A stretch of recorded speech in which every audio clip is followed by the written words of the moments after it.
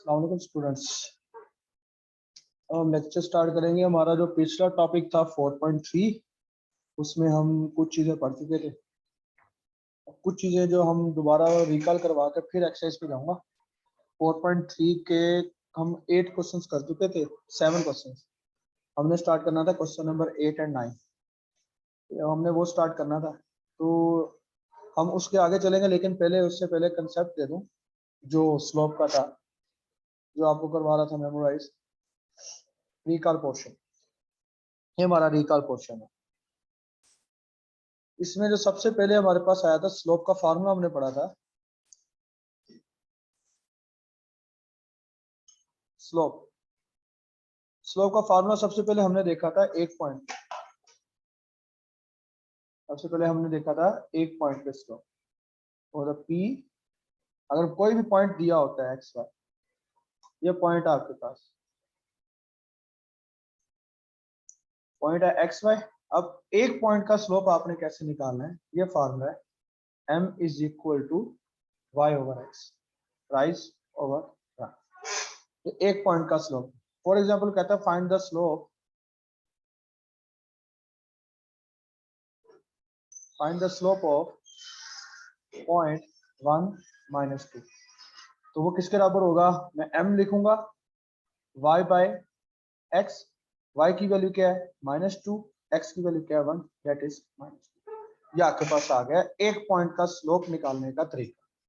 ठीक है, अब इसके बाद हम नेक्स्ट चलेंगे। नेक्स्ट हमारे पास जो काम है वो हमारे पास काम है, फिर हमारे पास आते हैं 2 पॉइंट्स का स्लोप कैसे निकालना है। इसका 2 पॉइंट्स का स्लोप कैसे निकालना। ठीक है, ये भी हम पढ़ चुके हैं, ये नहीं कि ये भी नहीं हमने पढ़ा, ये भी पढ़ चुके हैं हम कि 2 पॉइंट्स का हमने स्लोप किस तरह निकालना।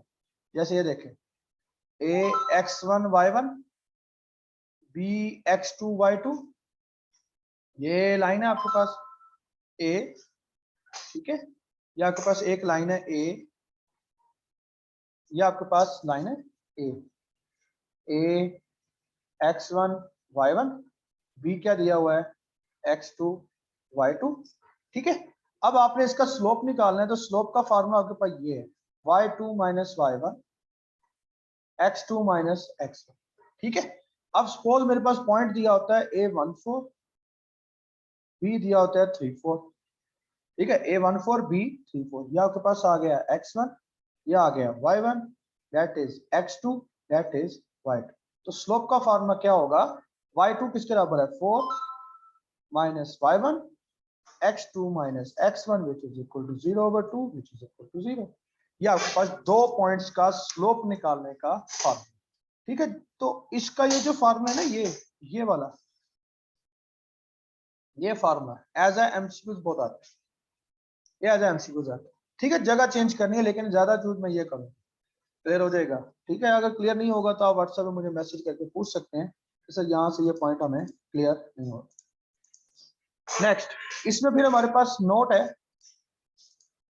नोट इसमें इंपॉर्टेंट कैसा, ये भी मैंने पहले बता चुका हूँ अपने लेक्चर्स में, जो हमने प्रैक्टिकली लेक्चर्स लिए थे। हॉरिजॉन्टल लाइन का स्लोप क्या होगा, ये आपके पास हॉरिजॉन्टल लाइन। ठीक है, हॉरिजॉन्टल लाइन का स्लोप 0 होगा, और उसका जो इंक्लिनेशन है वो अल्फा, वो 0 होगा। ठीक है, तो ये चीज ध्यान में रखना कि हॉरिजॉन्टल लाइन का स्लोप 0 होगा, ये ध्यान में रखना, और ये ऐसा एमसीक्यू है। ठीक है, इसके बाद नेक्स्ट फिर हमारे पास आता है वर्टिकल लाइन का स्लोप। इसमें हमारे पास हॉरिजॉन्टल लाइन में मिस प्रिंटिंग, मिस टाइपिंग है, यहाँ पर आएगा आपके पास वर्टिकल लाइन। वर्टिकल लाइन मतलब ये लाइन। ठीक है, इसका स्लोप हमारे पास क्या होगा infinity, that is equal to 1/0, और इंक्लिनेशन एंगल कितना होगा 90।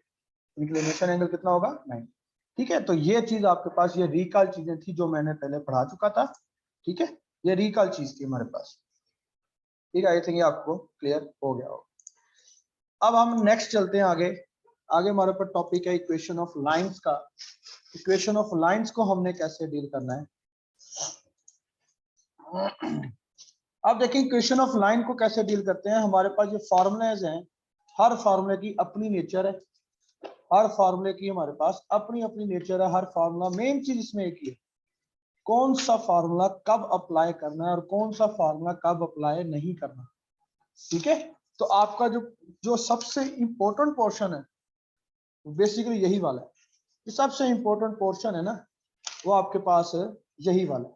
ठीक है, तो इसको आप ध्यान से समझना, क्योंकि फार्मूले अगर आपको लगाने आ गए तो आपको ये आधी से ज्यादा एक्सरसाइज सॉल्व हो जाएगी। आधी से ज्यादा एक्सरसाइज कह रहा हूँ, आधी से ज्यादा। अब इसमें सबसे पहले आती है लाइन। जब भी कहेगा find the equation of line, तो आपके जेहन में ये वाला पैटर्न आना चाहिए कि आपको जो इक्वेशन निकालनी है वो इस तरह की होनी चाहिए, ax + by + c = 0। ठीक है, तो लाइन की इक्वेशन हमारे पास बेसिकली इसी तरह की होनी चाहिए। ठीक है, अब देखें, आपको थ्योरेटिकल डायग्राम भी देगा, थ्योरेटिकल क्वेश्चन भी देगा, वर्ड प्रॉब्लम जिसको कहते हैं। आपको डाटा खुद ब खुद भी देगा, कहीं डाटा आपको खुद निकालना होगा, कहीं डाटा आपको बनाना होगा। ठीक है, तो वो मैं साथ साथ आपको बताता रहूंगा। ठीक है, तो अब हम पहले फार्मूले की तरफ चलते हैं। पहले formula number 1, slope intercept form. अब स्लोप इंटरसेप्ट फॉर्म होती है y = mx + c, y = mx + c, where m is the slope and c is the y intercept। ठीक है, तो ये चीज ध्यान में रखना। अब ये फार्मूला लगाना कब है? ठीक है, ये फार्मूला तब लगाना है। ठीक है, अब आपके पास ये फार्मूला लगाओगे कब? ये देखिए, ये फार्मूला तब लगाओगे जब आपके पास जो गिवन डाटा है, जो क्वेश्चन में डाटा गिवन है, जैसे न्यूमेरिकल करते थे हम, उसमें आपके पास एक तो स्लोप दिया हो और एक क्या दिया हो, y इंटरसेप्ट। ठीक है, ये एक तो स्लोप दिया हो और एक क्या दिया हो, y इंटरसेप्ट दिया हो। मतलब आपके पास क्वेश्चन कुछ ऐसे होगा, क्वेश्चन कुछ इस तरह होगा, find the equation of line, find the equation of line having slope is -5 and y intercept is -3, y intercept is -7, sorry, -7।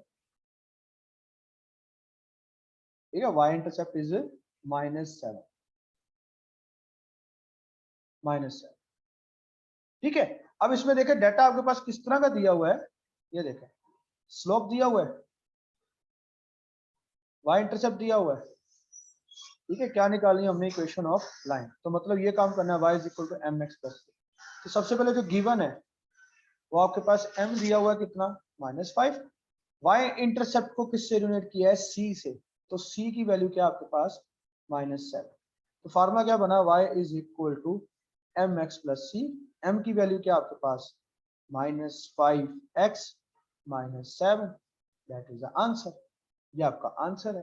ठीक है, ये आपका क्वेश्चन नंबर 9 का ई पार्ट है। ठीक है, एक्सरसाइज 4। ठीक है, तो एक चीज मैंने, जब भी आपके पास डाटे में ये वाला पैटर्न दिया होगा तब आपने ये काम करना, तब आपने कौन सा फार्मूला लगाना, बिना सोचे समझे, y = mx + c। ठीक है, तो ये एक्सरसाइज 4.3 का क्वेश्चन नंबर 9 का ई पार्ट है। ठीक है, इसके बाद हम नेक्स्ट चलते हैं। ये मैंने साथ लिखा भी हुआ है, साथ ये भी लिखा हुआ है कि ये फार्मूला कब लगेगा। ठीक है, ये देखें, ये लिखा हुआ, the formula used for finding the equation when you given data collection consisting of slope and y intercept। ठीक है, तो ये आपकी, ये आपने खुद सॉल्व करना है। find an equation of line having slope -3 and y intercept is 4। ये आपने खुद सॉल्व करना, ये आपका होमवर्क है। ठीक है, ये आपने खुद सॉल्व करना। आपको फार्मूला पता है क्या है, डाटा के मुताबिक चलना है। अब इस डाटा में देखो क्या दिया हुआ है, स्लोप एंड वाई इंटरसेप्ट, और तो कुछ नहीं ना दिया हुआ। हाँ, समझ लगी है। अब इसके बाद हम नेक्स्ट चलते हैं। ठीक है, ये देख ले, इसको रेज करने लगाओ मैं।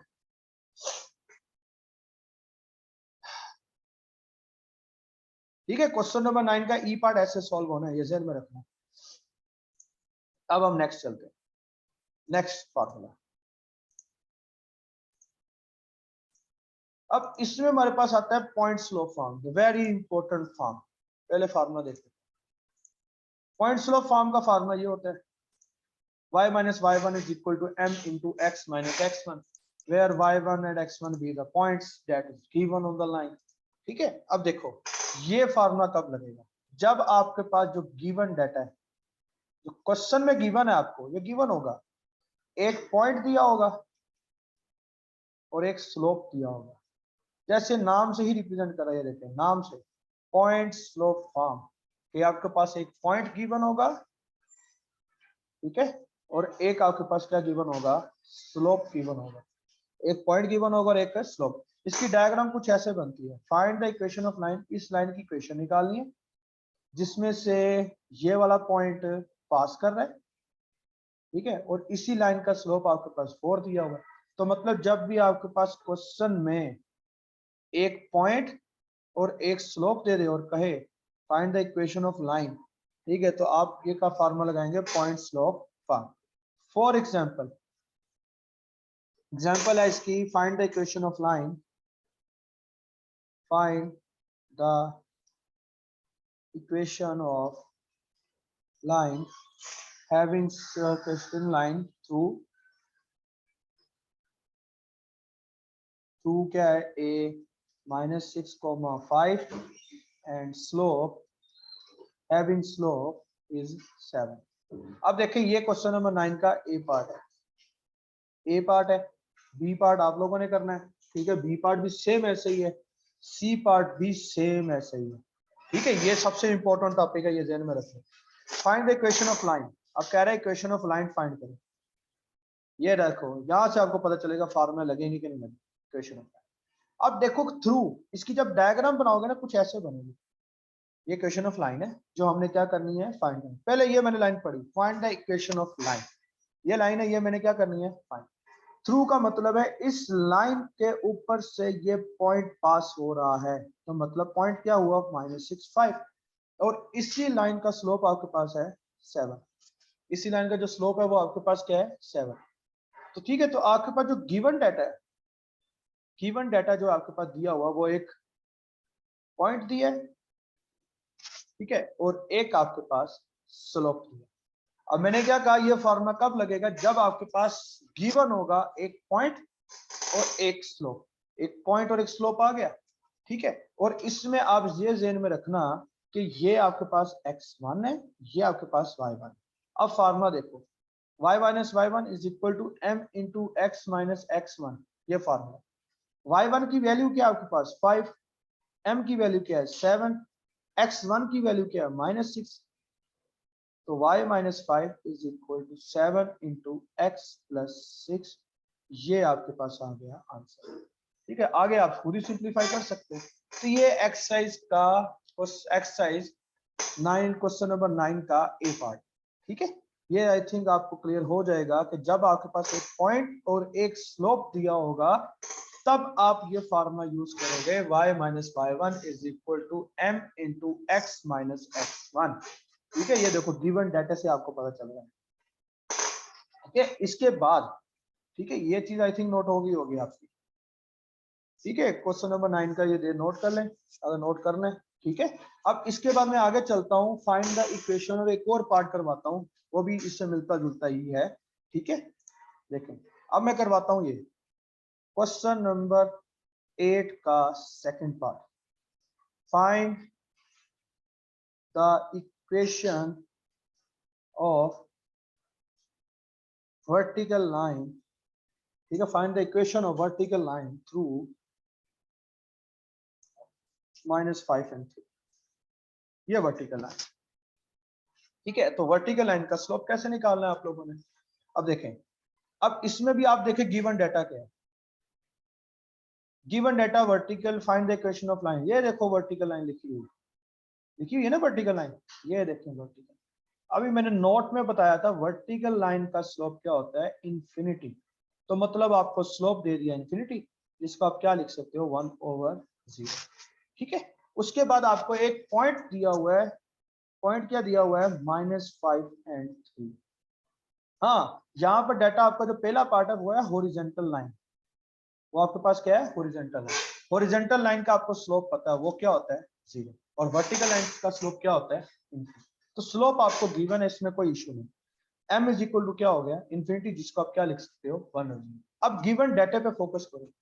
आपके पास जो डाटा गिवन है उसमें एक पॉइंट है और एक स्लोप है, एक पॉइंट और एक स्लोप। तो मतलब ये वाला फार्मूला लगेगा, ये फार्मूला लगेगा ना हमारे पास।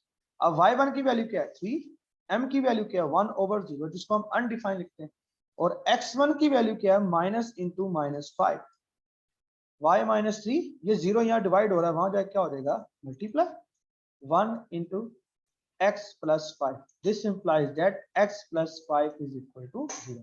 That is very important question ये वाला, ये बहुत ही इंपॉर्टेंट शॉर्ट क्वेश्चन है, ये भी हॉरिजॉन्टल लाइन वाला। ठीक है, तो ये थिंग आई थिंक आपको क्लियर हो जाएगा। फिर मैं बता रहा हूँ, find the equation of vertical line. Vertical line का स्लोप होता है इन्फिनिटी, वर्टिकल लाइन का स्लोप क्या होता है इन्फिनिटी, और हॉरिजॉन्टल लाइन का स्लोप क्या होता है 0।